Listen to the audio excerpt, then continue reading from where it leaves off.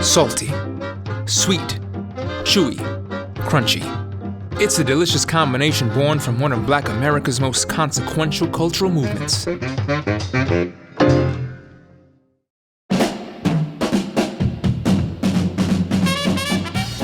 It was the 1930s. The place was New York City.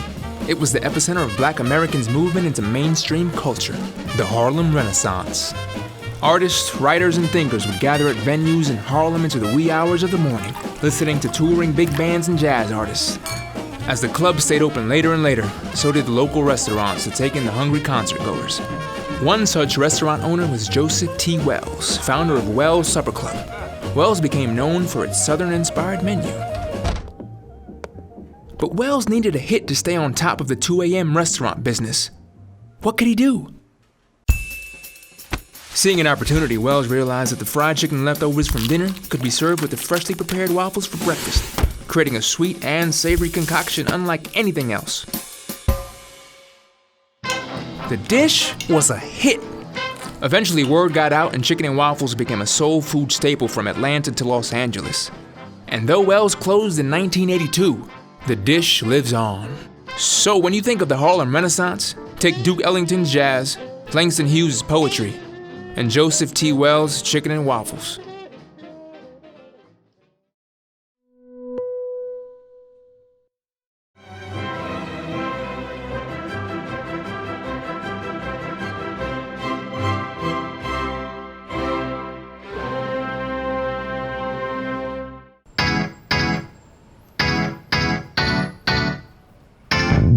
If you want a pastrami sandwich, go to Cask Deli. If you want a chopped cheese, come to Haji Deli. This, my friends, is the story of the real New Yorker sandwich and the people who keep the legacy alive. I've been eating here for 20 years. Any tourist in the world know where the hot dog is, but only New Yorkers know where the chopped cheese is.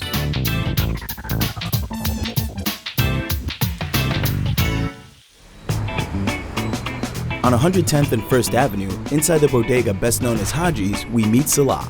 My name is Salah Al-Hubayshi, and I'm the manager of Haji's Deli and Grocery for 15 years. We actually invented chopped cheese.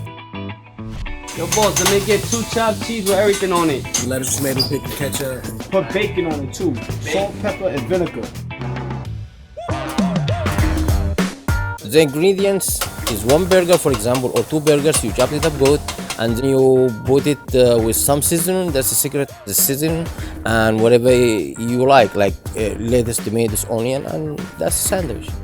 It's an Arabic food, but we don't add cheese over there. But when we come here, we do cheese on it. On a roll is $3.75. On a hero, that costs like $5. Haji's is located in a part of New York that's made up of various kinds of people with a variety of incomes. So keeping chopped cheese at a price point everyone can afford has been a top priority. In fact, the chopped cheese has only gone up $1 in the last decade. We are here for a long time helping the community and serving the community. Chopped cheese is like everything to the community because it's affordable and delicious, so everybody like it. We sell about 200 chopped cheeses a day. Gospel of the chopped cheese has spread beyond Harlem and into bodegas far and wide, attracting loyal New Yorkers everywhere it appears. But in the end, it all comes back to Haji's and Salah. They eat chopped cheese every day. But for me, sometimes I don't eat it with cheese. I make it like a chopped hamburger. It's the same thing, but no cheese. So I'm trying to lose weight, that's all.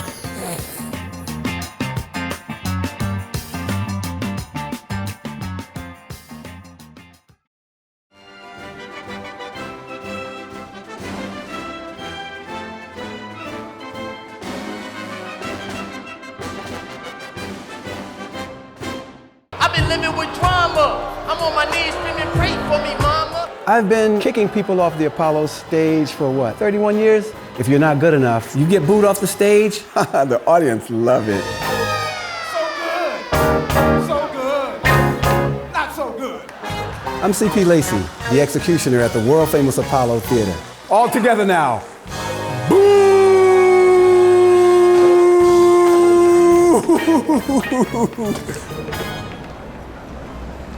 Welcome to the Apollo Amateur Night. Are you ready? Amateur Night at the Apollo is the granddaddy to all of these shows that you look at today. X Factor, America's Got Talent, American Idol. You come and you sing or you dance or you do your magic or tell a joke, a poem, and the audience will decide whether you go on to the next level or whether you get booed off of the stage. That's where I come in.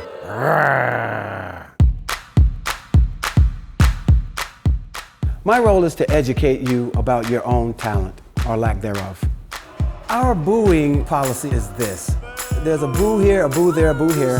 Then the boos just get paramount. We have a noise meter backstage, and when it reaches a certain boo level, the next thing you know, there's a siren. Enter the executioner to kick you off of my stage.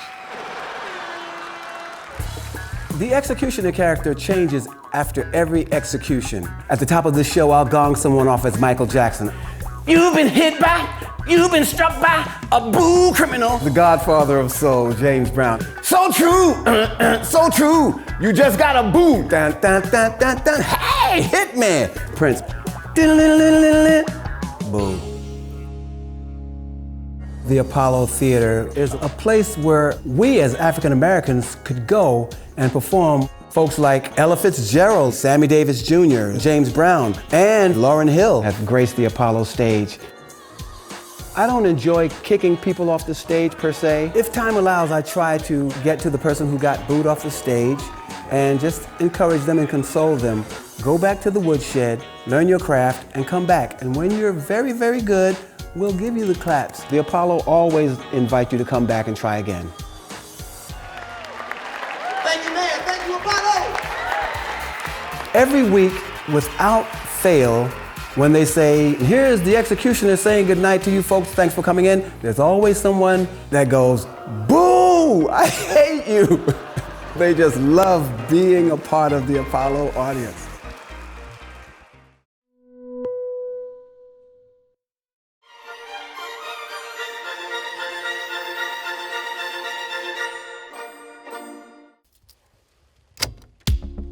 When you put on a hat, it gives you height and it gives you power.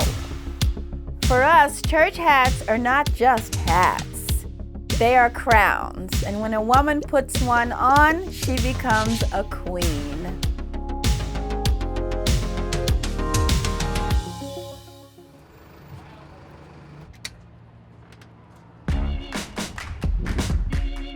My name is Yvetta Petty. I'm Kathy Anderson. And I am Wanda Chambers. We've been making hats for more than 20 years.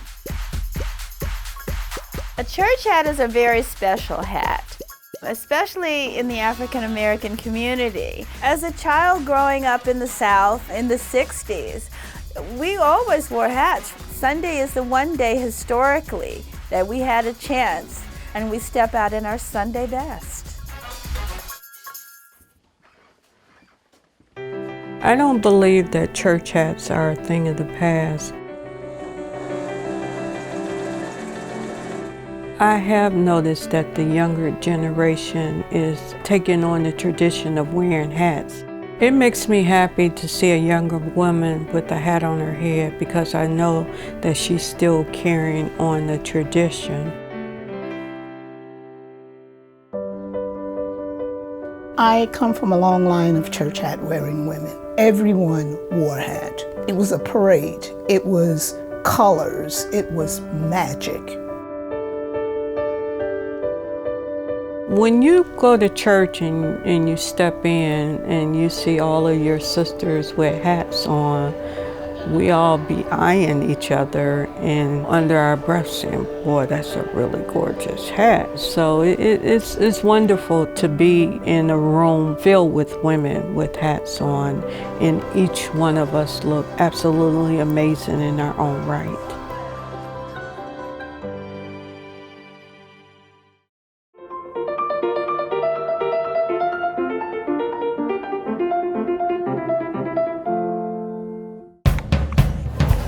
Pop quiz, hotshot. You're in Harlem and you're at this building. You go through the door, enter the security code, take the elevator to the 3rd floor, knock on this door where Rudy greets you. Hi, and welcome. You make your way into a packed apartment and try to find a seat. what do you get? You get a live jazz performance like no other.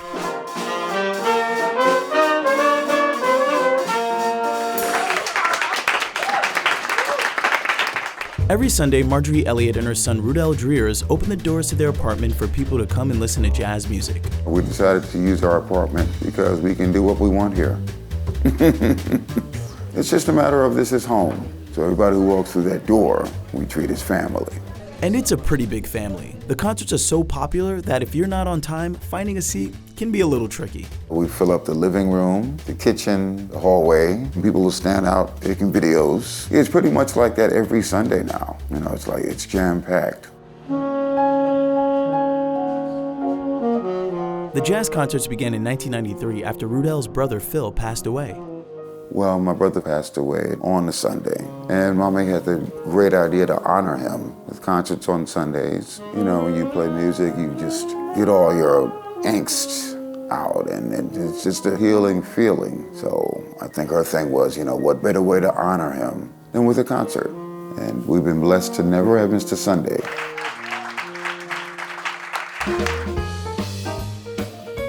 With their commitment and consistency to play every Sunday, the concerts are now considered legendary in Harlem, attracting audiences from all over the world. Hey Rudell, do you mind if we ask some of the audience members where they came from? Of course. I'm from Germany. France. Australia. Colombia. That's pretty cool.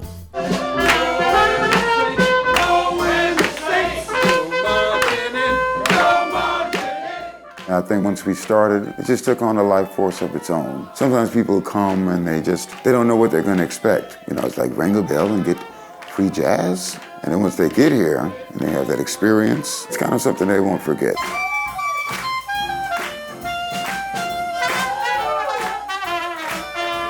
For some people, this is their church. People come here and they feel renewed. And we feel renewed. And you never know who you're going to touch out there. So if you're putting out good energy, it's going to work.